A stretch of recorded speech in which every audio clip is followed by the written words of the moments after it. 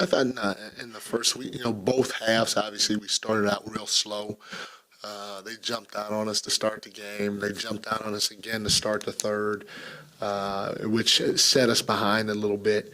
And then we had to play catch-up. So fighting uphill against a team like that and a situation like this when when there's a sense of urgency for those guys to win ball games, made it tough. But I thought we had good minutes from different guys throughout the course of the ball game. I thought our ability to offensive rebound was really good. We converted those, and that's what kind of helped keep us in the game is our second chance points. But we didn't capitalize, I thought, as well as we should have or could have in transition, especially when it came to trying to create points off of their turnovers. But they're a championship level team, and you give them credit for coming in here and getting a win. Mike, is there much you can take from this game as you go forward, particularly into the playoffs, whether or not you see Golden State or not? Yeah, you can always take something. They had to run their sets, and you see where we were good in certain areas, guarding their individuals or their sets, and you try to make adjustments from there based on when you see them again. But you just don't take from this game. I think we played them 3 other times, throughout the course of the year. So this is going to be a combination of all 4 plus some of their other games. Mike, you know this team very well, obviously, and after seeing them tonight, I just wonder if you have thoughts on what's going to be important for your team to do if you do happen to see them in the first round. We're going to have to make sure that we give multiple effort. We're going to have to play with the physicality at first because they move so well without the ball, and if you give them a lot of space and a lot of freedom to move, the separation they create is second to none. And as soon as that thing hits their hands, they basically let it fly, and they got a lot of good shooters over there. So we're going to have to be real physical. We're going to have to give multiple efforts because at times, we're going to have some breakdowns defensively, and when that does happen, we're going to have to fly around to protect one another. And then offensively, we're going to have to continue crashing the glass, but just as importantly, play with a sense of pace in the full court and more importantly in the half court, which I didn't think we played with enough tonight. Mike, Keegan had a couple defensive moments tonight, a block shot, a drawn charge. Yep. I'm curious, you've commented about his defensive growth over the course of the year. Are those moments worth celebrating, or are they expected at this point with where he's at in his development? Yeah, they're expected, and that was what I said earlier. Sometimes it's he's in a different position than the rest of the rookies out there. The rest of the rookies out there, they just they're able to go hoop and not worried about many repercussions for being out of position or breaking certain assignments time after time again. And if Keegan does that, he's gonna have to come sit down, because of where we're sitting in the standings. So he's his growth. We're happy with his growth, and it's going to get to a point where I think he's going to be a high level defender in this league as long as he continues to get experience. Coach Brown on the Warriors side, Klay Thompson, and you work with him too when you were there.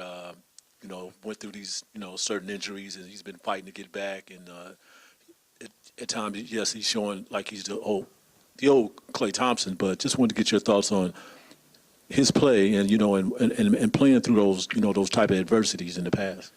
Yeah, he's such a man. He's such a great guy that you cheer for individuals like that, no matter if they're part of your team or not part of your team. And to see what he went through with the 2 injuries and to see how long he's been out and to see how much it means to him in terms of the game of basketball and him being with those guys in that locker room, and now to be able to see him on the floor playing, at that 100% health.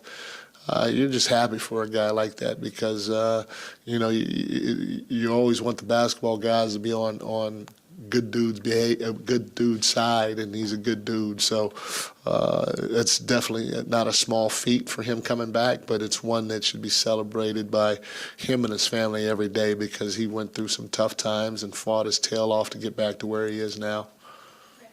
Yeah, Coach, with the crowd tonight being so full of Golden State fans, I'm just curious what your reaction is to that, and how do you feel like it impacts, if at all, you and your team? It's kind of hard for me sometimes. I don't know how many Golden State fans were here, and it didn't impact me. It would have to be a question for the guys because I didn't really realize, how many Golden State fans were here. Yeah, Mike, this is going to be the last time we talk to you until after the end of the regular season. I just want this journey that you guys have been on this year. Just how proud are you of your team for staying together all the way through, whether it's 48 or 49 wins? You guys have exceeded all expectations, and just how proud are you for this season so far?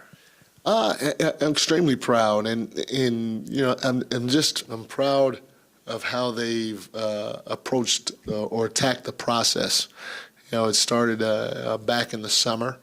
Our guys were really good at trying to come together in the summer to start that connectivity out early. And then, as hard as they worked over the course of the summer and the carryover it had in the training camp and them allowing me to coach them and all that other stuff to get to where we are right now, it's a big achievement for a young team because the season's long, and there's a lot of times during the course of the year where you hit adversity, and you can fold or give in or crack or however you want to call it. And I just felt our guys just stayed with it throughout the course of the year. And anytime we hit adversity, our connectivity showed, and we were able to bounce back pretty quickly from whatever adversity we came across.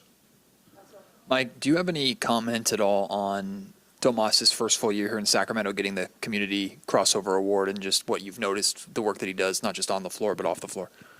It just speaks to his character. I mean, he's a great basketball player, and like so many guys that we have on this team,